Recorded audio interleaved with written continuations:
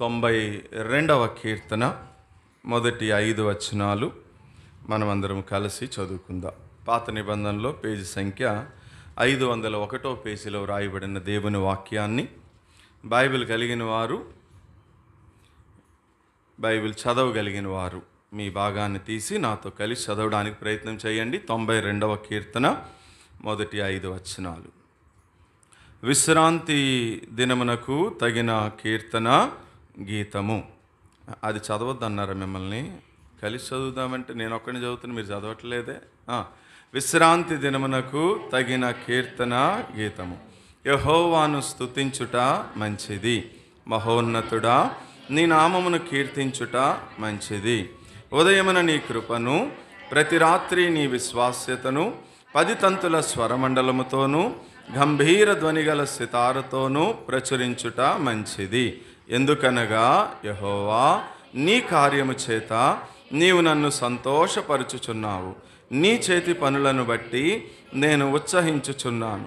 యెహోవా నీ కార్యములు ఎంత దొడ్డవి, నీ ఆలోచనలు అతి గంభీరములు. చాలు, ప్రభు సహాయార్థం చిన్న ప్రార్థన చేసుకుందాం. పరిశుద్ధుడు అయిన తండ్రి, ప్రేమ కలిగిన రక్షకుడా యేసుక్రీస్తు ప్రభువా, మీకు వేలాది వందనాలు, స్తుతి స్తోత్రాలు చెల్లిస్తున్నాము. దేవా తండ్రి, మీరెంతైనా కూడా నమ్మదగిన దేవుడు అయి ఉండి మా ఎడల మీకు వాత్సల్యత నూతనముగా కలిగినదై మా జీవితాల్లో మీరు మాకు అనుగ్రహించిన మరొక నూతన ప్రభుదిన దయా కిరీటాన్ని బట్టి మిమ్మల్ని స్తుతిస్తూ ఆరాధిస్తూ ఉన్నాం. ప్రభువా తండ్రి, సజీవులు సజీవులే కదా నిన్ను స్తుతించేది. పాతాళమున నీకు స్తుతి కలుగునా, మన్ను నిన్ను సన్నుతించునా అని హిజ్కియా భక్తుడు సెలవిచ్చిన ప్రకారము ఈ దినమున మేమును సజీవులమై ఈ రీతిగా మీ ఇంటిలో మీ కృపా సింహాసనం దగ్గర నాయన మిమ్మల్ని ఆరాధించడానికి కొరకై మీరు సిద్ధపరిచి తీసుకొచ్చిన మీ బిడ్డలందరిని బట్టి మీకు స్తోత్రాలు. ఇంకెవరైతే మీ ఏర్పాట్లో మీ ప్రణాళికలు ఉన్నారో అటు వారు త్వరపడి మీ ఇంటికి రావడానికి కొరకై మీరే మార్గములు సరళం చేయమని వేడుకుంటూ వస్తున్నాం. ఇప్పటి వరకు సియోను గీతాలతో మిమ్మల్ని కీర్తించి, కొనియాడి, శ్లాఘించి, మహిమపరిచి, పూజించి, ఆరాధించే కృపనిచ్చారు. అందును బట్టి కూడా మీకు స్తోత్రాలు. ఈ సమయంలో కొద్ది సమయం మీరేమై ఉన్నారో, ఎందును బట్టి మేము మిమ్మల్ని ఆరాధించాలో, మీ గొప్పతనం ఏంటో, మీ మంచితనం ఏంటో కొన్ని సంగతులు మీరు మాట్లాడితే మేము వాటిని హేతువు చేసుకుని కొద్దిసేపు వ్యక్తిగతంగా మిమ్మల్ని ఆత్మతో సత్యముతో ఆరాధించాలని ఆశపడి మీ వైపు చూస్తూ ఉండగా మీరే మాతో మాట్లాడి మహిమ పొందమని యేసుక్రీస్తు ప్రభు నామంలో స్తుతించి ప్రార్థిస్తున్నాము తండ్రి, ఆమేన్. మంచిది. ఈ ఉదయకాల సమయంలో ప్రభుని ఆరాధించే దాని కొరకై 92వ కీర్తన మనం చదువుతూ వచ్చాం. కొన్ని వచనాలు. ఏ కీర్తన అంట ఈ కీర్తన అంటే పైన రాయబడి ఉంది, విశ్రాంతి దినానికి తగిన కీర్తన. అంటే ఇది విశ్రాంతి ఆనందాలను గుర్చినటువంటి కీర్తన.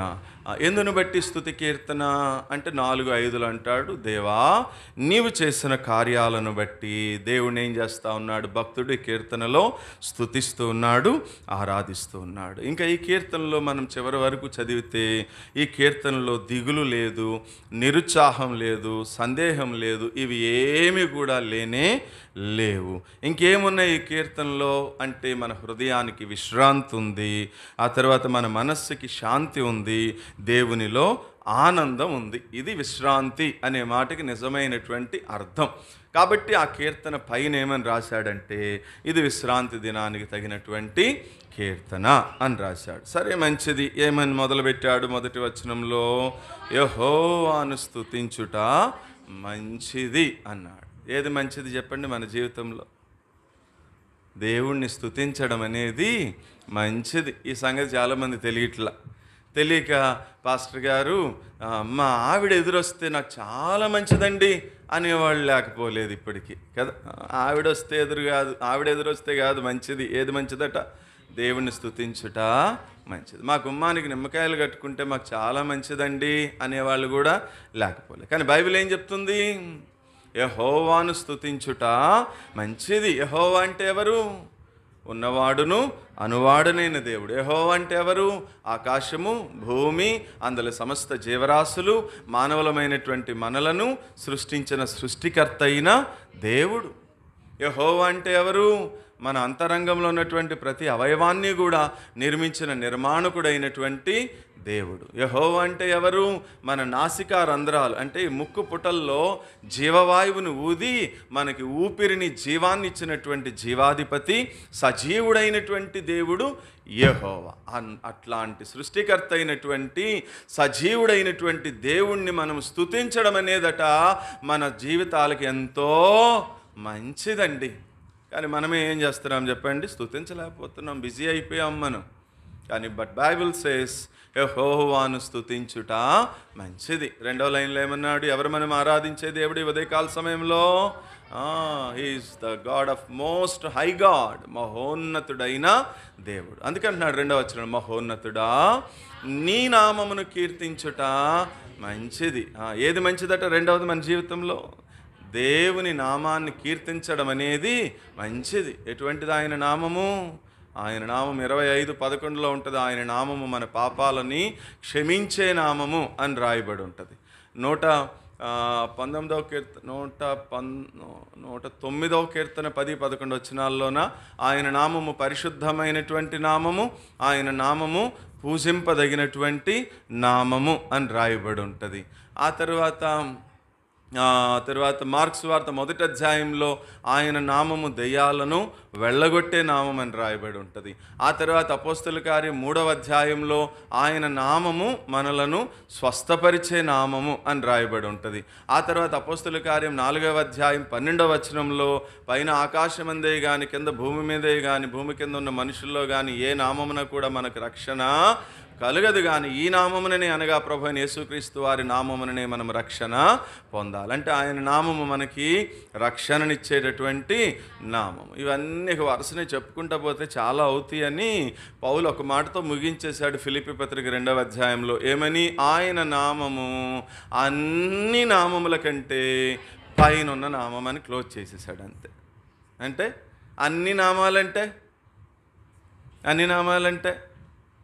అన్ని నామాలంటే ఒకటి, ప్రపంచంలో ఉన్నటువంటి 800 కోట్ల మంది ప్రజలు ఉన్నారంట. ప్రపంచంలో 800 కోట్ల మంది ప్రజలకు ఇవ్వబడిన నామముల కంటే పైనున్న నామము యేసునామం. ఇంకొకటి అన్ని నామాలంటే మనం ఒకప్పుడు విగ్రహారాధన చేసేటప్పుడు ఇట్లా అనుకునేవాళ్ళం మనం. ఏమని? ఒరే ఆ క్రైస్తవులకి యేసు ప్రభు ఒక్కడే దేవుడురా, మనకైతే ఎంతమంది దేవుళ్ళు ఉన్నారు? మనకైతే 33 కోట్ల మంది దేవీ దేవతలు ఉన్నారా అనుకునేవాళ్ళం మనం ఒకప్పుడు విగ్రహారాధన చేసేటప్పుడు. కానీ ఇప్పుడు బైబిల్ అంటుంది అన్ని నామముల కంటే, అంటే 33 కోట్ల మంది దేవీ దేవతల నామము కంటే యేసు నామము పైన ఉన్నటువంటి నామం. ఇప్పుడు ఆ నామాన్ని మనం ఏం చేయాలంట? ఆ నామాన్ని కీర్తించడం అనేది మనకెంతో మంచిది. ఇంకేమంటున్నాడు? ప్రతి ఉదయము ఆయన కృపను గురించి, ప్రతి రాత్రి ఆయన విశ్వాస్యతను గురించి మనము ప్రచురము చేయుట, స్వరమండలములతో గంభీర ధ్వని గల సితారతో ప్రచురము చేయుట అనేది మనకెంతో మంచిది. It means we have to proclaim him. ఆయనని గురించి మనం ఏం చేయాలో చెప్పండి? ప్రచురించాలి కదా. ఆయనని ప్రచురించడం అనేది అది మనకెంతో మంచిది. అందుకనే కదా బల్ల తీసుకునేటప్పుడు ఇట్లా చెప్తాం. ఏమని? మీరు ఈ రొట్టెను తిని ఈ పాత్రలో ఉంది త్రాగునప్పుడల్లా ప్రభువు వచ్చు వరకు ఆయన మరణ, భూస్థాపన, పునరుత్థానముల గురించి మనం ఏం చేయాలా? ప్రచురపరచాలి అన్నాడు. కాబట్టి అట్లా మనం రోజునట ఆయన నామాన్ని లేదా ఆయన కృపను గురించి, ఆయన విశ్వాస్యతను గురించి ప్రచురపరచడం అనేది ఎంతో మంచిది. ఇవి మంచివి. అంతేగాని ఆ మూల అది పెడితే మంచిది, ఈశాన్య మూల గొయ్యి తవ్వితే మంచిది, ఆగ్నేయ మూల పొయ్యి పెడితే మంచిది, నిమ్మకాయలు కడితే మంచిది, దోసకాయలు కడితే మంచిది, గుమ్మడికాయలు కడితే మంచిది, ఇవన్నీ ఓల్డ్ ఫ్యాషన్ అయిపోయినాయి. ఇప్పుడు అలోవెరా మొక్కలు కడితే ఇంకా మంచిది అని చెప్పి కట్టుకుంటే దానివల్ల ఉపయోగం లేదు. బైబిల్ అట్లా చెప్పలేదు. బైబిల్ అట్లా చెప్తే పోనీ అలాగే చేసేవాళ్ళం మనం. బైబిల్ అట్లా చెప్పలా కదా. సరే రండి, ఈ ఉదయకాల సమయంలో ఏది మంచిదో 7 సంగతులు చెప్తాను. త్వరగా నోట్ చేసుకోండి. మొదటి సంగతి, ఇదంతా ఇంట్రడక్షన్లోనే చెప్తున్నానులే. మొదటి సంగతి ఇదిగో 92వ కీర్తన మొదటి వచనము.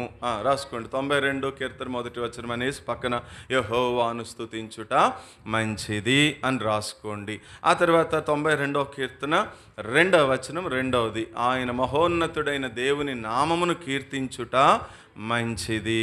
మూడవది 92వ కీర్తన 3వ వచనం, ఆయన కృపను గురించి, ఆయన విశ్వాస్యతను గురించి ప్రచురించుట మంచిది. 4వది సంఖ్యాకాండం 24వ అధ్యాయం మొదటి వచనంలో రాయబడి ఉంటుంది. సంఖ్యాకాండం 24:1 ఇశ్రాయేలీలను దీవించుట మంచిది అని రాయబడి ఉంటుంది. ఆ తర్వాత 5వది ద్వితీయోపదేశకాండం మొదటి అధ్యాయము 14వ వచనంలో ఏమని రాయబడి ఉంటుందంటే, ద్వితీయోపదేశకాండము మొదటి అధ్యాయము 14వ వచనంలో ఏమని రాయబడి ఉంటుందంటే, దేవుడు చెప్పిన మాట చొప్పున మనము చేయడం అనేది అది మనకెంతో మంచిది. దేవుడు చెప్పిన మాట చొప్పున మనం చేయాలి, అంతేగాని దేవుడు చెయ్యొద్దు అన్న పనిని చేస్తే అది మనకి ఏమాత్రం కూడా మంచిది కానే కాదు. కాబట్టి ద్వితీయోపదేశకాండం మొదటి అధ్యాయం 14వ వచనంలో రాయబడి ఉంది, యెహోవా చెప్పిన మాట చొప్పున చేయుట మీకు ఎంతో మంచిది అని రాయబడి ఉంది. ఆ తర్వాత 6వది తిమోతికి రాసిన మొదటి పత్రిక 2వ అధ్యాయము 2వ వచనం. మొదటి తిమోతి పత్రిక 2వ అధ్యాయం 2వ వచనంలో ఏమని రాయబడి ఉంది అంటే, రాజుల కొరకును మనుషుల కొరకును అధికారులందరి కొరకును ప్రార్థన, విజ్ఞాపన, యాచన ఇవన్నీ చేయడం అనేది యేసు ప్రభు వారి దృష్టికి అది ఎంతో మంచిది అని రాయబడింది. కాబట్టి 6వది ఏది మంచిది అంటే, మన కొరకు మనం చేసుకునేది స్వార్థం అవుతుంది. నేను, నా భార్య, నా పిల్లలు, నా భర్త మేము బాగుంటే చాలు అని ప్రార్థన చేసేది స్వార్థం కదా. రాజుల కొరకు, అధికారుల కొరకు, మరి ఇంకా ప్రధానుల కొరకు, వీళ్ళందరి కొరకు మనం విజ్ఞాపన ప్రార్థన చేయడం అనేదట యేసు ప్రభు వారి విషయంలో అది మనకెంతో మంచిది అని బైబిల్ చెప్పింది. ఇప్పుడు ఎన్ని చెప్పాను నేను? 6 నేను చెప్పాను కదా, 7 మీరు చెప్పండి. ఈలోపు మంచినీళ్ళు తాగుతాను. చెప్పండి. 6 నేను చెప్పాను కదా, 7 ఒక్కటేగా నేను మిమ్మల్ని అడుగుతుంది. నేనేమో 10 చెప్పమన్నానా? ఒక్కటి మీరు చెప్పండి చాలు. అంటే ఎందుకు అడిగానంటే, ఇది మీకు బాగా పరిచయమైన మాట. ఒకవేళ ఎక్కడో లోపలిది కొంచెం కష్టమైంది, మీకు తెలియని మాట అడిగితే మాకు ఎట్లా తెలుస్తుందన్నా అని అడగచ్చు మీరు. ఇది మీకు చాలా ఈజీ, బాగా తెలిసిన మాట. ఇంకా మీకు ఇంకా క్లూ కావాలంటే ఈ మాటనే మీరు పాటలాగా కూడా పాడతారు. అందుకని మీకు తెలుసు కాబట్టి అడుగుతున్నాను, లేకపోతే అడగకపోదును. 6 నేను చెప్పాను కదా, 7వది మీకు తెలిసిన మాటే. 2వ క్లూ చెప్పాను, ఈ మాటనే మీరు పాటలాగా పాడతారు అని. అది అయిపోయింది కదా మా మొదటి లైన్లో. యెహోవాను స్తుతించడం మంచిదన్న, యేసు ప్రభువుని స్తుతించడం మంచిదన్న ఒకటేగా. అది ఆల్రెడీ చెప్పేశానుగా. అది చెప్పేశానుగా బాబు. ఇప్పుడు నువ్వు సెర్చ్లో మంచిదని కొడుతున్నావు ఏంటి అమ్మా? కాదు, నేనే చెప్పానా దేవునికి స్తోత్రము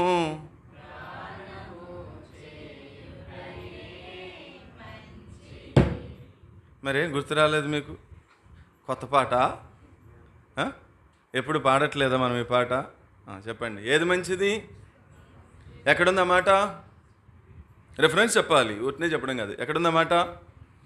147వ కీర్తన మొదటి వచనం చదవండి. ఇప్పుడు 147వ కీర్తన మొదటి, యెహోవాను స్తుతించుడి, మన దేవునికి స్తోత్రము గానము చేయుట మంచిది. చెప్పండి, ఏది మంచిదట? ఆయన గురించి స్తోత్రము చేయటము, ఆయన గురించి గానము చేయటము, ఆయన గురించి పాడటము, ఆయనను గురించి పొగడము అనేది మనకెంతో మంచిదండి. అందుకు పాటలు పాడే సమయానికల్లా వచ్చేయాలి దేవుని మందిరానికి. ఇది అక్కవాళ్ళ ఆటో చూడు, మొదటి వర్తమానం సగం అయిన తర్వాత వచ్చింది. ఏది మంచిది? ఆయన పాటలు పాడడం కూడా మనకెంతో మంచిది. పాటలు పాడడం మంచిది, పాటలు నేర్చుకోవడం మంచిది, పాటలు నేర్పించడం కూడా మంచిది. సరే, మంచిది, రండి. ఇప్పుడు మనం మెయిన్ మెసేజ్లోనికి వెళ్ళిపోదాం. ఇటు జరగండి అమ్మా, చిన్నపిల్లలు ముందుకు వచ్చేసేయండి, త్వరగా, ఎంతసేపు ఉండకూడదు, త్వరగా గబగబా లైన్లో కూర్చోవాలి. పోనీ ఇటు జరుగు, రీతిగా నువ్వు కొంచెం ఇటు జరుగు, ఇటు చేతులు జరుగు. ఇది ఇక్కడ ఒక నెంబర్ ఖాళీ ఉంది, నువ్వు ముందుకు వచ్చాయమ్మా. అక్కడ కూర్చుంటారు, వెరీ గుడ్, లైన్లో కూర్చోండి, రైట్. కాబట్టి 7 సంగతులు మర్చిపోకూడదు, అర్థమైందా? ఇవన్నీ మన జీవితానికి ఏంటంట మంచిది. ఇవి పెట్టుకోండి, ఒక పేపర్ మీద రాసి మీ ఇంట్లో ఇవి అంటించుకోండి, అప్పుడు మీకు మంచిది. అవి వాటిని చూస్తా, నేను దేవుణ్ణి స్తుతించడం మంచిది, దేవుణ్ణి కీర్తించడం మంచిది, దేవునికి గానం చేయడం మంచిది అని నీకు తెలుస్తుంది. సరేనా? సరే, మంచిది, రండి. ఉదయకాల సమయంలో ప్రభువుని ఆరాధించడానికి కలిగిన కారణం ఏంటో ఒక 3 మాటలు చెప్పి నేను ముగించేస్తాను. ఎందుకు ఆయన్ని స్తుతించడం మంచిది అంటే 4వ వచనం చదువుదామా? ఎందుకు స్తుతించడం మంచిదట? ఎందుకనగా యెహోవా నీ కార్యము చేత నీవు నన్ను సంతోషపరచు. అక్కడ ఆగుదాం. మొదటిది, ఎందుకట ఆయన స్తుతించడం మంచిది అంటే భక్తుడు అంటున్నాడు, ఎందుకు అంటే యెహోవా నీ కార్యము చేత నీవు నన్ను ఏం చేస్తున్నావు? సంతోషపరుస్తున్నావు. అంటే నన్ను ఇట్లా చెప్పనివ్వండి, నా వైపు చూడండి. ఒకప్పుడు మానవునికి ఏమి లేదో తెలుసా? ఒకప్పుడు మానవునికి సంతోషం అనేది లేనే లేదు. కావాలంటే మీరు చూడండి, యెషయా గ్రంథము 9వ అధ్యాయం 2వ వచనం చదవండి, మీకు అర్థమవుతుంది. యెషయా గ్రంథము 9వ అధ్యాయం 2వ వచనం.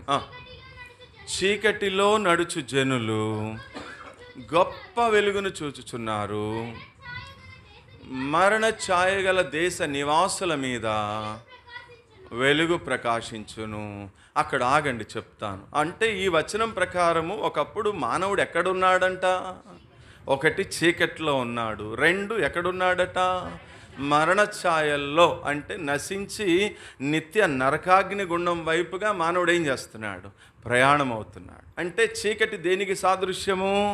పాపానికి సాదృశ్యం. చీకటిలో ఉన్నాడు, పాపంలో ఉన్నాడు, మరణంలో ఉన్నాడు మానవుడు. ఇట్లా ఉన్న మానవుడికి ఎవరికైనా సంతోషం అనేది ఉంటుందా? మీరే చెప్పండి. సంతోషం అనేది లేనే లేదు. మానవుడికి సంతోషం లేదు, సమాధానం లేదు, శాంతి లేదు, నెమ్మది లేదు, ఏమీ లేవు. మానవుడు అన్నీ పోగొట్టుకున్నాడు. మానవుడు మీకు కావాలంటే చూడండి, మొదటి మానవుడైనటువంటి ఆదాము దేవుని మాట వినని కారణాన్ని బట్టి ఏదేను తోటలో ఉన్న దేవునితో ఉన్న సంతోషాన్ని ఏం చేసుకున్నాడు? ఆదాము పోగొట్టుకున్నాడు, బయటికి వెళ్ళిపోయాడు, సమాధానం పోయింది. ఆ తర్వాత ఇజ్రాయేలు ప్రజలు 430 సంవత్సరాలు ఐగుప్తు బానిసత్వంలో ఉంటే దేవుడు మోషేని నాయకుడిగా నియమించి వాళ్ళతో మాట్లాడాడు. అయినా కానీ వాళ్ళు దేవుని మాట విన్నారా? వినలా. అందుకని అరణ్యంలో ఆ ఎండిన ఆకులు రాలినట్లుగా ఏమైపోయినారు? వాళ్ళు రాలిపోయారు. ఆ తర్వాత యెహోషువని నాయకుడిగా నిలబెట్టి మాట్లాడాడు దేవుడు, విన్నారా? వినలా. అందుకని ఇంకా యెహోషువ విసిగిపోయి అంటాడు 24వ అధ్యాయంలో, ఒరేయ్ మీ కర్మ మీరు సావండ్రా, మీరు ఎవరిని పూజ చేసుకుంటారో మీ ఇష్టం, నేను నా కుటుంబము మాత్రము యెహోవానే సేవిస్తాం. మీరు ఆ నదికి అద్దరనున్న ఏ దేవతలను ఆరాధించుకుని మీ చావు మీరు చస్తారో మీరు చావండి అన్నాడంటే యెహోషువ మాటను ఏం చేయలేదు వాళ్ళు? యెహోషువ ద్వారా దేవుడు చెప్పిన మాటని వినలేదు. యెహోషువ తర్వాత ఎవరు వచ్చారు చెప్పండి? యెహోషువ తర్వాత ఎవరు వచ్చారు? చెప్పట్లేదు వీళ్ళు, ఈ ముందు లైన్లో ఉన్నవాళ్ళు. యెహోషువ తర్వాత ఎవరు మీ బైబిల్లో? అయ్యో భలే ఉందలే సందడి. ఇంకెన్ని ఒక సంవత్సరం నుంచి నేను వచ్చి ఇంకేం ప్రయోజనం? రాసిన వాళ్ళు రాసినట్లే కనపడుతున్నారు, చదివిన వాళ్ళు చదివినట్లే కనపడుతున్నారు, కానీ కరెక్ట్గా పరీక్ష వచ్చినప్పటికి ఏమీ తెలియకపోతే ఇంకేం మాస్టర్ గారిదే తప్పు అంటారు. యెహోషువ తర్వాత ఎవరు వచ్చారు? న్యాయాధిపతులు వచ్చారు. ఎంతమంది న్యాయాధిపతులు? ఎరా ప్రతి ఒక్కరూ తప్పకుండా కంటత చేయవలసిన 15 సంగతులు అని చెప్పి మీకు చెప్పాను. ఇంక అక్కడికి రాలేదా ఇళ్ళు? ఆ పాఠంకి వచ్చారా? ఎరా ఎంతమంది న్యాయాధిపతులు? ఒకడు 11 అంటున్నాడు, ఒకడు 16 అంటున్నాడు, ఒకడు 12 అంటున్నాడు. ఇదేమన్నా సీటీ పాట ఏంటి? కరెక్ట్గా చెప్పాలా? ఎంతమంది న్యాయాధిపతులు? 15 మంది న్యాయాధిపతులు. ఒత్నియేలు మొదటివాడైతే సమూయేలు 15వ వాడు. 15 మంది న్యాయాధిపతులను పెట్టి మాట్లాడిచ్చాడు దేవుడు. అయినా విన్నారా దేవుని మాట? వినలేదు. ఆ న్యాయాధిపతుల తర్వాత ఎవరు వచ్చారు? రాజులు వచ్చారు. ఇజ్రాయేల్ మొదటి రాజు ఎవరు? చెప్పండి అబ్బా, నాకు కొంచెం హుషారు వస్తుంది. శీతాకాలం అసలే చలి చలిగా ఉంది. మీరు కూడా అట్లా ఉంటే ఎట్లా? చెప్పండి బిగ్గరగా. సంవత్సరం నుంచి నేను మీకు పాఠం నేర్పిస్తూ ఉన్నాను, ఇక మీరు చెప్పట్లేదు అంటే మీరు నాకు చెప్పకనే ఏం చెప్తున్నారంటే ఇక నువ్వు రిజైన్ చేసి వెళ్ళిపోవచ్చురా, సంవత్సరం నుంచి చెప్పినా కానీ మా బుర్రకి ఎక్కలేదు అంటే నువ్వు ఇంకో 10 సంవత్సరాలు చెప్పినా కానీ ఎక్కదరా, వచ్చే సంవత్సరం నుంచి ఇక నువ్వు రిజైన్ చేసి వేరే చర్చ్ చూసుకోరా అని చెప్పినట్లు ఉంది. మీరు అట్లా మౌనంగా ఉంటే నాకు. ఇజ్రాయెల్ మొదటి రాజు ఎవరు? సౌలు. ఇజ్రాయెల్ రెండవ రాజు ఎవరు? దావీదు. ఇజ్రాయెల్ మూడవ రాజు ఎవరు? సొలొమోను. ఇజ్రాయెల్ నాలుగవ రాజు ఎవరు? చెప్పట్లేదండి వీళ్ళు. అవి కూడా ఉన్నాయి కదక్క, అవి కూడా ఉన్నాయిగా కంట చేయాల్సినవి. మరి చదవకపోతే ఎట్లా? మరి రితిక వీళ్ళందరికీ పంపించలేదా నువ్వు? నీ మీద నమ్మకంతో నీకు ఒకదానికి పంపిస్తే నువ్వు వీళ్ళకి పంపించాలిగా. మరి వీళ్ళందరూ నమ్మకమేగా చూస్తున్నారు ఏంటి? మరి ఎప్పుడో 5-6 నెలల క్రితమే పంపిస్తే నువ్వు దాన్ని అంటే చదవట్లేదా, ఊరికే పంపించావులే అనుకున్నారేమో. ఇజ్రాయేల్ నాలుగవ రాజు ఎవరు? సొలొమోన్ తర్వాత ఆంధ్ర తెలంగాణ 2 రాష్ట్రాలుగా విడిపోయినట్లుగా రాజ్యము 2 రాజ్యాలుగా విడిపోయింది. ఒకటి ఇజ్రాయేల్ రాజ్యము, ఒకటి యోధా రాజ్యం. ఒక రాజ్యానికి యెరోబాము రాజు అయితే ఒక రాజ్యానికి రెహబాము రాజు. ఒక రాజ్యాన్ని 19 మంది రాజులు పరిపాలన చేస్తే ఒక రాజ్యాన్ని 20 మంది రాజులు పరిపాలన చేశారు. ఇప్పుడు మొత్తం రాజులు ఎంతమంది? ఏది చెప్పొద్దు ఈరోజు అని చెప్పామన్నా అక్కడే మాట్లాడుకుని వచ్చారేంటి గేట్ దగ్గర? పోనీ ఆ పేర్లు చెప్పలేకపోయారంటే చెప్పలేకపోయినారు. నెంబర్లు చెప్పుకుంటూ వచ్చాను, వాటిని కౌంట్ చేసి ప్లస్ చేసి కూడి ఆ నెంబర్ చెప్పడానికి కూడా ఏమంత బాధపడుతున్నారు? ఎంతమంది రాజులు? 39 ఎట్లా అవుతారు? మరి ముందు ముగ్గురికి ఎవరు ఇస్తాం? 3 + 19 + 20 ఎంతమంది? 42 మంది రాజులను పెట్టి మాట్లాడాడు దేవుడు. మొత్తానికి మీరు కూడా దేవుడి మాట వినని వారిలానే కనిపిస్తున్నారు. తర్వాత మీ లిస్టే చెప్పాల్సి వచ్చేటట్టు ఉంది నాకు. 42 మంది రాజులను పెట్టి మాట్లాడాడు దేవుడు. అయినా కానీ విన్నారా దేవుని మాట? వినలా. రాజుల తర్వాత ఎవరు వచ్చారు? ప్రవక్తలు వచ్చారు. ఎంతమంది ప్రవక్తలు? పెద్ద ప్రవక్తలు వచ్చారు ముందుగా. పెద్ద ప్రవక్తలు ఎంతమంది? 4. ఇక మీరు చెప్పరని సంగతి నాకు అర్థమైందిలే, ఎందుకు నా టైం వేస్ట్ చేసుకోవడం, నా బీపీ పెంచుకోవడం, అందుకే నేనే చెప్పేస్తున్నా. 4 పెద్ద ప్రవక్తలు ఎవరెవరు?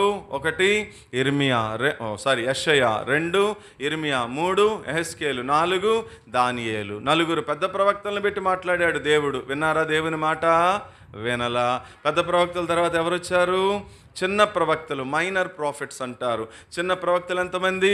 12 మంది. ఎవరెవరు? హోషేయ, యోవేలు, ఆమోసు, ఓబద్యా, యోనా, మీకా, నహూము, హబక్కుకు, జఫన్యా, హగ్గై, జకర్యా అండ్ మలాఖీ. 12 మంది చిన్న ప్రవక్తలు పెట్టి మాట్లాడాడు దేవుడు. అయినా కానీ విన్నారా దేవుని మాట? వినలా. మలాఖీ తర్వాత ఎవరు వచ్చారు? మలాఖీ తర్వాత ఎవరు వచ్చారు? బైబిల్ తీసి చూసి చెప్పండి. పోనీ మలాఖీ తర్వాత ఎవరు వచ్చారు?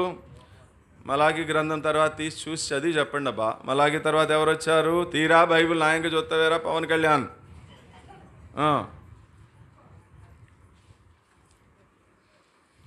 నువ్వేంటక్క, నువ్వు అకరాధ పట్టిక చూస్తున్నావేంటి? మలాఖీ పుస్తకం తీయమంటే మలాఖీ గ్రంథం ఉంది, చెప్పండి తీసి.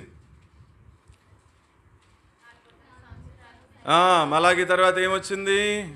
ఒక తెల్ల కాగితం వచ్చింది మీ బైబిల్లో. మరి యేసుక్రీస్తు వచ్చాడు, మరి కొత్త నిబంధన వచ్చిందని చెప్తున్నారే. ఏమొచ్చింది మలాఖీ తర్వాత? ఒక తెల్ల కాగితం వచ్చింది. ఆ తెల్ల కాగితం యొక్క విలువ ఎంత? 400 సంవత్సరాలు. చరిత్రలో ఈ 400 సంవత్సరాలను ఏమన్నారు? నిశ్శబ్ద కాలం, ఇంగ్లీష్లో సైలెంట్ పీరియడ్. సరే, నిశ్శబ్ద కాలం అనే పదానికి అర్థం ఏంటి? 400 సంవత్సరాలు దేవుడు మనుషులతో మాట్లాడడము మానేశాడు. అంతే. ఎందుకని? ఇందాక చెప్పిన లిస్ట్ అంతా మోషే, యెహోషువ, 15 న్యాయాధిపతులు, 42 మంది రాజులు, 4 పెద్ద ప్రవక్తలు, 12 మంది చిన్న ప్రవక్తలు. ఎంతమంది చేత మాట్లాడుతూ వస్తే ఈ ప్రజలు దేవుని మాట వినలేదు. కాబట్టి ఇప్పుడు దేవుడు ఏం చేసినాడు? మాట్లాడడమే మానేశాడు. ఎన్ని సంవత్సరాలు? 400 సంవత్సరాలు కదా. మన ఇంట్లో మనం బాగా ప్రేమించే వ్యక్తి ఒక్కరోజు మాట్లాడకపోతేనే మనకి ఎట్లా ఉంటుంది చెప్పండి? చాలా కష్టం అనిపిస్తుంది కదా, చాలా మనసుకి బాధ అనిపిస్తుంది. అట్లాంటిది సాక్షాత్తు దేవుడు ఒక్కరోజు కాదు 400 సంవత్సరాలు మాట్లాడడం మానేస్తే ఇక మనుషులకు సంతోషం ఉంటుందా? లేదు. మనిషి ఏం చేసుకున్నాడు? సమాధానాన్ని పోగొట్టుకున్నాడు. ఇప్పుడు మానవుడికి దేవునికి మధ్య ఏమొచ్చేసింది? అగాధం వచ్చేసింది. సంతోషం అనేది లేనే లేదు. ఇప్పుడు మరి సంతోషం ఎట్లొచ్చింది? ఇప్పుడు చూద్దాం రండి, మన ఆరాధనకి హేతు ఏంటో. లూకాసు వార్త 2వ అధ్యాయము 10-11 వచనాలు. లూకాసు వార్త 2వ అధ్యాయము 10-11 వచనాలు. భయపడకుడి, ఇదిగో ప్రజలందరికీ కలగబోవు మహా సంతోషకరమైన శుభవర్తమానము నేడు మేము మీకు ఏ వర్తమానం అటిది? సరే చదువు. దావీదు పట్టణమందు నేడు రక్షకుడు మీ కొరకు పుట్టి ఉన్నాడు, ఆయన ప్రభు అయిన యేసుక్రీస్తు. ఏ వర్తమానం అటు? ఈ వర్తమానము సంతోషకరమైన వర్తమానము. రెండవది శుభవర్తమానం. చూసావా? ఇది ఇందాకటి దాకా చెప్పుకొని వచ్చానే. ఇప్పుడు వీటిలన్నిటి కారణాన్ని బట్టి మానవుడికి ఏం లేదు? సంతోషము లేదు. సమాధానం కోల్పోయాడు, సంతోషం పోగొట్టుకున్నాడు. ఇప్పుడు మళ్ళీ తిరిగి సంతోషం ఇవ్వడానికి కొరకే సమాధానకర్త అయిన దేవుడే మానవుడిగా భూమి మీదకి వస్తే, ఇప్పుడు ఆయన ఈ భూమి మీద పుట్టడం ద్వారా మానవుడికి ఏమొచ్చిందట? సంతోషం. అందుకన్నాడు దేవదూత, మహా సంతోషకరమైనటువంటి శుభవార్త ఏంటి అంటే, దావీదు పట్టణమందు నేడు రక్షకుడు మీ కొరకు పుట్టినాడు. కాబట్టి మొదటిది, యెహోవా నీ కార్యము చేత నీవు నన్ను సంతోషపరచుచున్నావు అన్న మాటలో మొదటి మాట ఏంటో తెలుసా? రక్షకుడు ఈ భూమి మీద జన్మించడం ద్వారా ప్రజలందరికీ ఏం కలుగజేశాడు? మహా సంతోషాన్ని కలుగజేశాడు. దాంట్లోనే రెండవ మాట, యెషయా గ్రంథము 61వ అధ్యాయము 10వ వచనం. యెషయా గ్రంథము 61వ అధ్యాయం 10వ వచనం చదవండి. శృంగారమైన పాగా ధరించుకుని పెండ్లి కుమారుని రీతిగాను, ఆభరణములతో అలంకరించుకున్న పెండ్లి కుమార్తె రీతిగాను ఆయన రక్షణ వస్త్రములను నాకు ధరింపజేసి ఉన్నాడు, నీతి అను పైబట్టను నాకు ధరింపజేసి ఉన్నాడు. కాగా యెహోవాను బట్టి మహానందముతో నేను ఆనందిస్తున్నాను, నా దేవుని బట్టి నా ఆత్మ. మళ్ళీ ఆనందం, సంతోషం, ఉల్లాసాన్ని కలిగిన కారణం ఏంటి అంటే అక్కడ రాయబడి ఉంది, రక్షకుడు జన్మించడం మాత్రమే కాదు, నీకు నాకు రక్షణ వస్త్రాన్ని ధరింప చేయడం ద్వారా ఈ రోజున మనకేమిచ్చాడు చెప్పండి? రక్షణ ఆనందాన్ని దేవుడు మనకి అనుగ్రహించాడు. అందుకంటాడు పేతురు మొదటి పత్రిక 1వ అధ్యాయం 9వ వచనంలో, చెప్పన సఖ్యమును మహిమాయుక్తమైనటువంటి గొప్ప సంతోషము రక్షణ ఆనందం. చూసావా? ఈ రోజున మనకి సంతోషం ఇవ్వడం మాత్రమే కాదు, రక్షణని వస్త్రముగాను, నీతిని పైబట్టగాను, మరి ఉల్లాస వస్త్రాన్ని ఈ రోజున దేవుడు మనకు ధరింపజేశాడు. ఒకప్పుడు మన స్థితి ఏంటి? యెహెజ్కేలు గ్రంథము 16వ అధ్యాయం 5వ వచనం నుంచి మీరు చూస్తే అక్కడ రాయబడి ఉంటుంది, నీవు పుట్టిన నాడు నీ నాభి సూత్రము కోయబడలేదు, నీకెవరు కూడా ఉప్పు అద్దలేదు, నువ్వు ఇంకా ఆ మైలు రక్తంలోనే పడి పొరలాడుతున్నావు, నీచు వాసన వస్తుంది నీ నుండి, నిన్ను చూసి జాలిపడిన వారు ఎవరు కూడా లేనే లేరు, అందరూ నిన్ను చూసి తలాడించి వెళ్ళిపోయారు. అయితే నేను నీ దగ్గరకు వచ్చి నిన్ను చూసి బ్రతుకు అని నేనంటే ఈరోజు నువ్వేమయ్యావు తెలుసా? బ్రతికి బట్టగట్టినావు. అర్థమైందా? అది అంటే ఒకప్పుడు మన స్థితి అసలు ఒంటి మీద మనకి బట్టలే లేవు, దిగంబరులం మనం. అలాంటి దిగంబరులమైనటువంటి మనల్ని ప్రభువు ప్రేమించి మన దగ్గరకు వచ్చి మనల్ని చూసి జాలిపడి బ్రతుకు అని ఈ రోజున బ్రతికి బట్టగట్టేటట్లుగా, అంటే రక్షణ అనే వస్త్రము, నీతి అనేటటువంటి వస్త్రము, ఉల్లాసం అనే వస్త్రము, పెండ్లి వస్త్రము, తెల్లని వస్త్రము, ఇలాంటి వస్త్రాలన్నీ ఈ రోజున మనకు ధరింపజేయడానికి కొరకు సిలువలో ఆయన వస్త్రము లేని దిగంబరిగా నీ కొరకు నా కొరకు వేలాడాడు. ఇది ప్రభువుని ఆరాధించడానికి కలిగిన హేతు. ఈ సంగతి వాళ్ళకి తెలియదు, వాళ్ళకి సగమే తెలుసు. వాళ్ళకి సగం పూర్తిగా తెలుసుకోవాలన్న కోరిక కూడా లేదు వాళ్ళకి.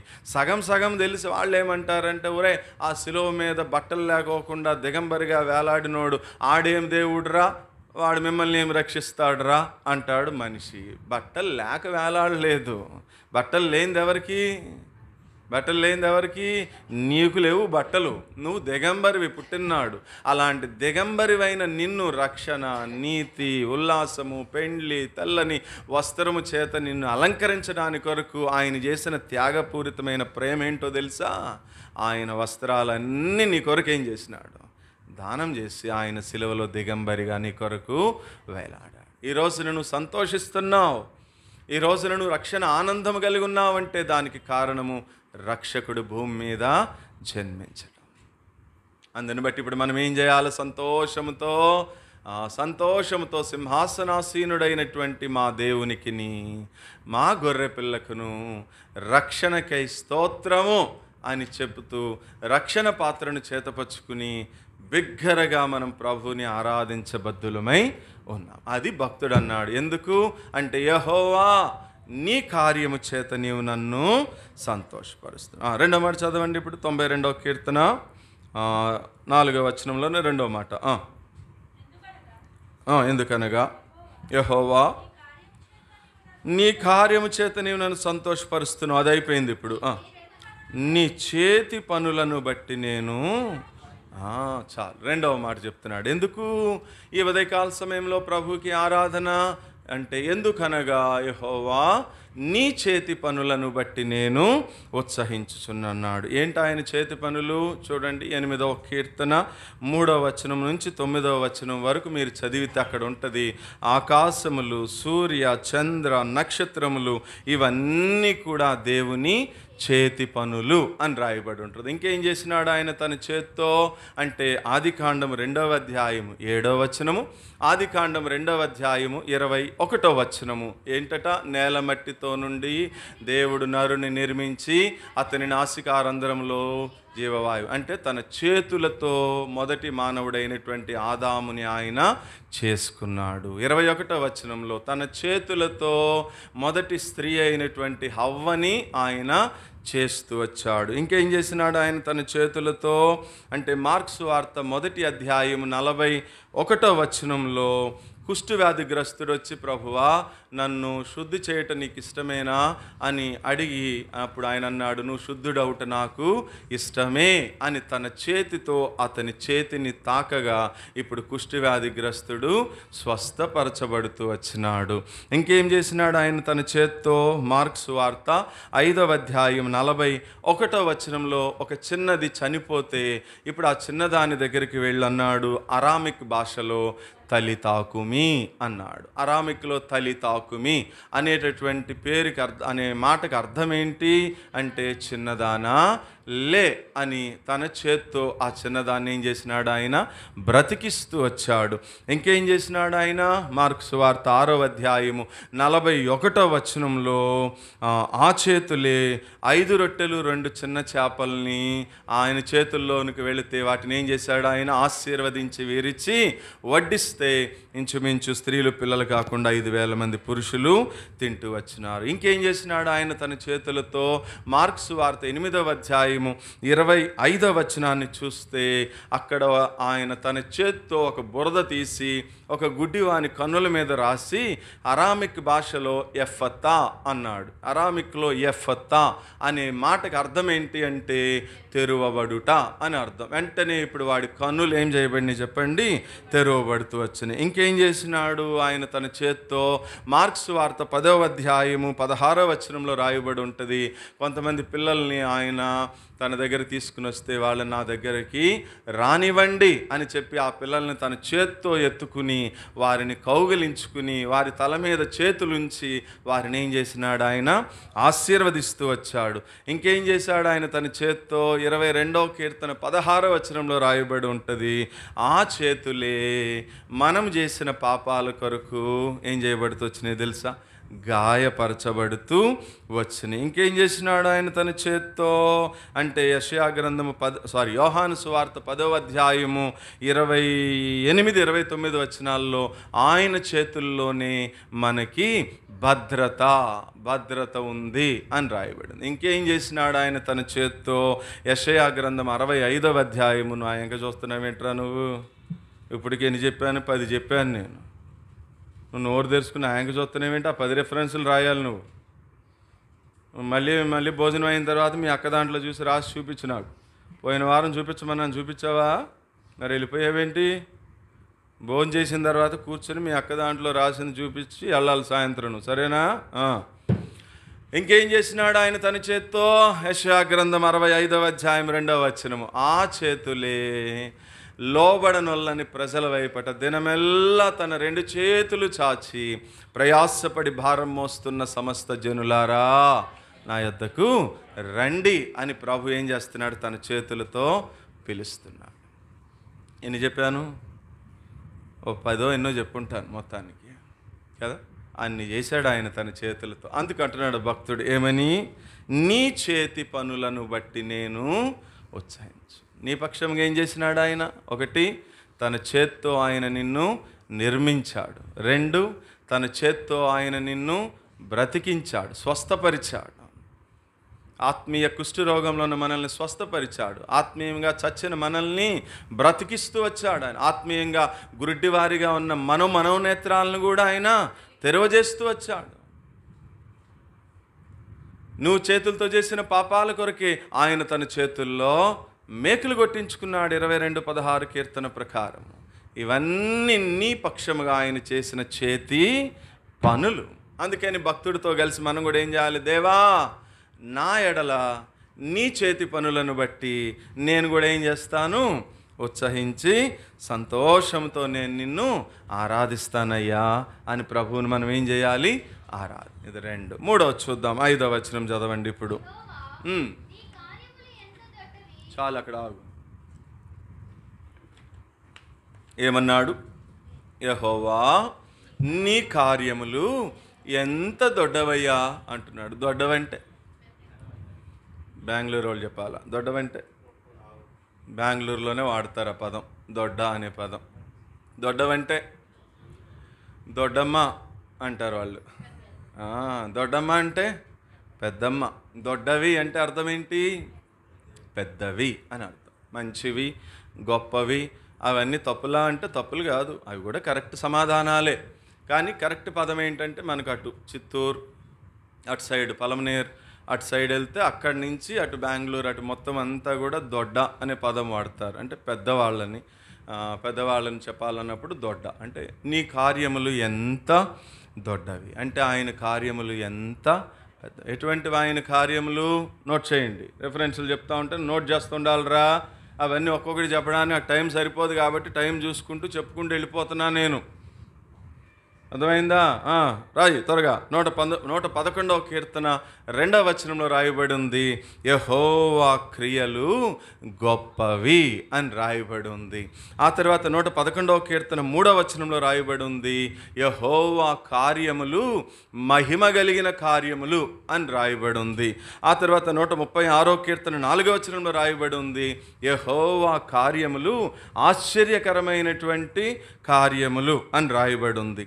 ఆ తర్వాత ప్రకటన గ్రంథం 15:3లో రాయబడి ఉంది, ఆయన కార్యములు లేదా దేవుని క్రియలు ఘనమైనవి అని రాయబడి. చాలులే 4 మాటలు. ఏమేంటి చెప్పండి? దేవుని క్రియలు 1 గొప్పవి, 2 మహిమకరమైనవి, 3 ఆశ్చర్యకరమైనవి, 4 ఘనమైనటువంటి కార్యాలు. చూడండి, ఇప్పుడు వ్యక్తిగతంగా నా జీవితంలో నా 22 సంవత్సరాలు ప్రభువుని అంగీకరించినటువంటి ఈ 22 సంవత్సరాల విశ్వాస ఆత్మీయ జీవిత యాత్రను ఒకసారి వెనక్కి తిరిగి చూస్తే, నా 22 సంవత్సరాల జీవితంలో దేవుడు నా పక్షముగా ఎన్నో గొప్ప కార్యాలు చేశాడు, ఎన్నో మహిమ కలిగిన కార్యాలు చేశాడు, ఎన్నో ఆశ్చర్యకరమైన కార్యాలు చేశాడు, ఎన్నో ఘనమైనటువంటి కార్యాలు కూడా చేశాడు. కాబట్టి అది నా ఆరాధన. ఇప్పుడు మీరు చెప్పండి, మీ గుండె మీద చేసి మీ జీవితంలో కూడా చేశాడా చేయలేదా? చేశాడు ఖచ్చితంగా. అందరి జీవితాల్లో ఆయన ఆశ్చర్యకరమైన మహిమ కలిగినటువంటి ఘనమైనటువంటి గొప్ప కార్యాలు చేయడానికి సమర్థుడు, శక్తిమంతుడైన దేవుడు. చేశాడు ఆయన మన జీవితంలో కూడా. ఆ కార్యాలను బట్టి నేను ప్రభువుని ఏం చేయాలా? ఆరాధించాలి. ప్రభువా, నా పక్షముగా నువ్వు చేసిన గొప్ప కార్యాలను బట్టి ఏమిచ్చి నీ రుణం నేను తీర్చుకోను. నా పక్షముగా నువ్వు చేసిన ఆశ్చర్యకరమైన క్రియలను బట్టి ఏమిచ్చి నీ రుణం నేను తీర్చుకోగలనయ్యా అని ప్రభువుని నేనేం చేయాలా? ఆరాధించాలి. అందుకన్నాడు భక్తుడు, యెహోవా నీ కార్యములు దొడ్డవి అన్నాడు. ఆ తర్వాత 4వది ఏమన్నాడు? నీ ఆలోచనలు. అది చాలు. ఆ 4వ మాట ప్రభుని ఆరాధించడానికి. దేవా, నీ ఆలోచనలు ఎటువంటి ఆలోచనలు? అతి గంభీరమైనటువంటి ఆలోచన. చూద్దాం ఎటువంటివో. మళ్ళీ ఇంకో 4 మాటలు చెప్తాను, నోట్ చేయండి రిఫరెన్సులు. 33వ కీర్తన 11వ వచనం ఏమని రాయబడి ఉంది? యెహోవా ఆలోచన సదాకాలము నిలిచి ఉండే ఆలోచన అని ఉంటుంది అక్కడ. యెహోవా, మీరు రాసుకోండి, ఇంటికి వెళ్ళిన తర్వాత చదవండి బైబిల్ ఓపెన్ చేసి. యెహోవా ఆలోచన సదాకాలము నిలిచి ఉండే ఆలోచన. చూడండి మన ఆలోచన ఎట్లా ఉంటుంది. ఇప్పుడు మనం ఒక ఆలోచన చేసామనుకోండి, సాయంత్రం వరకు కూడా ఉండదు. అది ఒక గంటకే ఆలోచన ఏమైపోతుంది చెప్పండి, మళ్ళీ మారిపోతుంది. మళ్ళీ ఎడిట్ చేయాల్సి వస్తుంది. ఇది కాదు, ఇది చేయాలి అబ్బాయి నువ్వు అని మళ్ళీ ఎడిట్ చేయాల్సి వస్తుంది కదా. కానీ దేవుని ఆలోచనట ఎటువంటి ఆలోచనట? ఒక్కసారి ఆయన నీ పక్షంగా ఒక ఆలోచన చేస్తే అది సదాకాలము కూడా నిలిచి ఉండేటటువంటి ఆలోచన. ఆయన నీ ఎడల కలిగి ఉన్న హేతువును బట్టి నేనేం చేయాలి? ప్రభువుని ఆరాధించాలి. ఆ తర్వాత 40వ కీర్తన 5వ వచనము. 40వ కీర్తన 5వ వచనంలో ఏమని రాయబడి ఉంటుందంటే, యెహోవా నా ఎడల నీవు కలిగి ఉన్నటువంటి తలంపులు బహు విస్తారమైనటువంటి తలంపులు అంట. అంటే మన ఎడల ఆయన కలిగి ఉన్న ఆలోచనలు, ఆయన కలిగి ఉన్న తలంపులు ఎటువంటివి అంటే బహు విస్తారమైనటువంటి ఆలోచన. కానీ మనమే ఆయన దగ్గరికి రాము. ఒకసారి నువ్వు ఆయన దగ్గరికి వచ్చి, దేవా నా పట్ల నీ ఆలోచన ఏంటయ్యా, నా పట్ల నీ చిత్తం ఏంటి ప్రభువా, నా పట్ల నీ ప్రణాళిక ఏంటయ్యా అని మనం ప్రభు దగ్గర అడిగితే ప్రభు అంటున్నాడు, నీ ఎడల నేను కలిగి ఉన్న ఆలోచనలు తలంపులు బహు విస్తారమైనటువంటి ఆలోచనలు నేను కలిగి ఉన్నాను. ఆ ఆలోచనలన్నీ ఎప్పుడు ఫుల్ఫిల్ అవుతాయి మనలో చెప్పండి? ఎప్పుడవుతాయి? ఎప్పుడైతే నీవు సంపూర్ణంగా దేవునికి సరెండర్ అవుతావు, సమర్పించుకుంటావో అప్పుడు దేవుడికి నీ ఎడల ఏం ఆలోచనలు ఉన్నాయో అవన్నీ ఏం చేస్తాడు? ఆయన ఇంప్లిమెంట్ చేస్తాడు. మనం దేవుని దగ్గరకు రాకపోతే, మనం దేవునితో ఎక్కువ సమయం గడపకపోతే నీ ఆలోచనలతోనే నీ జీవితం మొత్తం సరిపోతుంది తప్ప అసలు నీ పట్ల దేవుని ఆలోచనలు ఏంటో నువ్వెన్నటికీ కూడా గ్రహించలు. బట్ బైబిల్ అంటుంది, నీ ఎడల దేవుడు కలిగి ఉన్న ఆలోచనలట బహు విస్తారమైనటువంటి ఆలోచనలు ఆయన మన ఎడల కలిగి ఉన్నాడు. ఆ తర్వాత యెషయా గ్రంథం 55వ అధ్యాయము 8-9 వచనాలు చదువుతారా? యెషయా గ్రంథం 55వ అధ్యాయము 8-9 వచనాలు అంటాడు, నా ఆలోచనలు మీ ఆలోచనల వంటివి కావు, నా తలంపులు మీ తలంపుల వంటివి కావు. వాక్కు ఆకాశములు, అది కాదు, ఇక ఈ మాట, మీ ఆలోచనల కంటే నా ఆలోచనలు ఉన్నతమైనవి అనే మాట ఉందా అక్కడ? లేదా? మీ తలంపుల కంటే నా తలంపులు, అది ఎట్లా ఉన్నాయట? ఆయన ఆలోచనలు మన ఎడల ఉన్నతమైన ఆలోచనలు కలిగి ఉన్నాడు మన ఎడలండి. ఉన్నతమైన ఆలోచనలు దేవుని ఆలోచన నీ ఎడల. మరి మన ఆలోచనలు చీప్ మెంటాలిటీస్ కదా. ఉదాహరణకు చూడండి, మీకు అర్థమయ్యేటట్టు ఇట్లా చెప్తాను. అమ్మాయి 10th పాస్ అయింది కదా, 10th అయిపోయింది కదా, మరి ఇప్పుడు ఏం చదివిస్తావు అమ్మాయిని తర్వాత అని అడిగామనుకోండి గృహాలు దర్శించడానికి వెళ్ళినప్పుడు. అప్పుడు ఏం చెప్తుందంటే తల్లి, ఇంకేం చదువులే అన్న, ఆడపిల్లకి 10th వరకు చదివిందిగా చాలులే, ఇంక చదువు ఆపేసేసి మా అమ్మాయిని అక్కడెక్కడో మిషన్ నేర్పిస్తున్నారట, ఆ మిషన్ నేర్చుకోవడానికి పంపిస్తే ఇప్పుడు ఆ అమ్మాయి మిషన్ నేర్చుకుంటుంది. మిషన్ నేర్చుకున్న వెంటనే ఆ అమ్మాయికి ఎవరినన్నా ఒకరిని చూసి పెళ్లి చేస్తే ఏదో 2 జాకెట్లు కుట్టుకుని ఆ అమ్మాయి కాళ్ళ మీద ఆ అమ్మాయి ఏమవుతుంది? బ్రతుకుతుంది. ఇది ఎవరి ఆలోచన?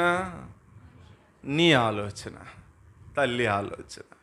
అదే నువ్వు ఆ పిల్లని దేవునికి అప్పగిస్తే దేవుడు ఏమంటున్నాడు? నీ ఆలోచన మిషన్ నేర్పించి 2 జాకెట్లు కుట్టడం వచ్చినాక పెళ్లి చేసి తోలేద్దాం అనుకునేది నీ ఆలోచన. కానీ నా ఆలోచన ఏంటి అంటే ఆ అమ్మాయి పక్షముగా నా ఆలోచన ఉన్నతమైనటువంటి నీ ఆలోచన వంటి ఆలోచన నాది గానే కాదు. ఎందుకని నేను ఎవరిని? మహోన్నతుడైనటువంటి దేవుణ్ణి. కాబట్టి నా ఎడల మీ కలిగి ఉన్నటువంటి ఆలోచన మీ ఎడల నాకు కలిగి ఉన్న ఆలోచన ఏంటి అంటే ఉన్నతమైనటువంటి ఆలోచన. కాబట్టి 2 జాకెట్లు కుట్టించడానికి పంపించమాకండి పిల్లల్ని. ఒకవేళ మీరు చదివించలేకపోతే, మీరు పోషించలేకపోతే దేవుడికి అప్పచెప్పండి, దేవుని పాదాలకు అప్పచెప్పండి. దేవుడు చదివిస్తాడు, దేవుడు పోషిస్తాడు. ఒక రోజున ఉన్నతమైన స్థితిలో ఆ పిల్లల్ని దేవుడు నిలబెడతాడు. ఎందుకంటే ఆయనే చెప్తున్నాడు, నీ ఆలోచనలు వంటివి కాదు నా ఆలోచనలు ఆకాశము కంటే కూడా ఉన్నతమైనటువంటి ఎత్తైనటువంటి ఆలోచన. ఆ హేతువుని బట్టి మనం ఏం చేయాలి? ప్రభువుని ఆరాధించాలి. ఆ తర్వాత యెషయా గ్రంథం 25వ అధ్యాయం 1వ వచనంలో రాయబడి ఉంటుంది, ఆయన ఆలోచనలట సత్యమైనటువంటి ఆలోచన. కాబట్టి 4 మాటలు. 1, ఆయన ఆలోచన సదాకాలము నిలిచి ఉండే ఆలోచన. 2, ఆయన ఆలోచన బహు విస్తారమైనటువంటి ఆలోచన. 3, ఆయన ఆలోచనలు బహు ఉన్నతమైనటువంటి ఆలోచన. 4, ఆయన ఆలోచనలు సత్యమైనటువంటి ఆలోచన. ఇవి నీ పక్షముగా దేవుడు కలిగి ఉన్న విషయాలు. అందును బట్టి యెహోవాను స్తుతించుట మంచిది అన్నాడు భక్తుడు. కాబట్టి ఆ చీప్ మెంటాలిటీస్ వద్దు మనకి. మనం ఆరాధించే దేవుడు ఎవరు చెప్పండి? మహోన్నతుడైన దేవుడు. అంటే he is the most high God, మహా ఉన్నతమైనటువంటి స్థితిలో ఉన్నటువంటి దేవుడు. అంటే ఆయన ఆలోచన విధానం కూడా ఎటువంటిది అంటే ఉన్నతమైనటువంటిదే. కాబట్టి ఎందుకు ఆయన ఆరాధించాలి? 3 మాటలు. 1, నీవు చేసిన కార్యమును బట్టి నేను ఏ కార్యం చేశాడు? రక్షణ కార్యము. మన జీవితంలో ఆయన చేసిన రక్షణ కార్యాన్ని బట్టి సంతోషముతో రక్షణ పాత్ర చేతపుచ్చుకుని ప్రభువుని మనం ఏం చేయాలి? ఆరాధించాలి. 2వది, నీ చేతి పనులను బట్టి నేను ఉత్సహించున్నాను. ఏం చేశాడు ఆయన తన చేత్తో? ఈ విషయాలన్నీ జ్ఞాపకం చేసుకుంటాను. నీ చేత్తో ఎదుగో నన్ను బ్రతికించి, స్వస్థపరిచి, బాగు చేసి, ఆత్మీయ నేత్రాలు తెరిచి, ఈ రోజున జీవము కలిగిన దేవుణ్ణి చూస్తూ ఆరాధించే ధన్యత ఇచ్చిన హేతువును బట్టి నేను నిన్ను ఆరాధిస్తున్నాను. 3వది, ఏం చేసినాడు ఆయన? గొప్ప కార్యాలు చేశాడు, మహిమ కలిగిన కార్యాలు చేశాడు, ఆశ్చర్యకరమైన కార్యాలు చేశాడు, ఘనమైన కార్యాలు నా జీవితంలో ఈ రోజు వరకు, రక్షించబడిన రోజు మొదలుకొని ఈ రోజు వరకు నువ్వు చేసిన ఈ కార్యాలను బట్టి ఏమిచ్చి నీ రుణం నేను తీర్చుకోగలనయ్యా. 4వది, దేవా నా ఆలోచనల కంటే నీ ఆలోచనలు ఉన్నతమైన ఆలోచన లేక సతమతమవుతున్న పరిస్థితుల్లో నీవే నాకు ఆలోచన చెప్పి నా మీద దృష్టి ఉంచి నన్ను నడిపిస్తున్న హేతు అంతటిని బట్టి నేను నిన్ను ఆరాధిస్తాను ప్రభువా అని నేను ప్రభుని ఆరాధించబద్దులమై ఉన్నాను. అట్టి ఆరాధన ఆత్మ ప్రభు మనందరికీ దయచేయునుగాక. ఆమేన్.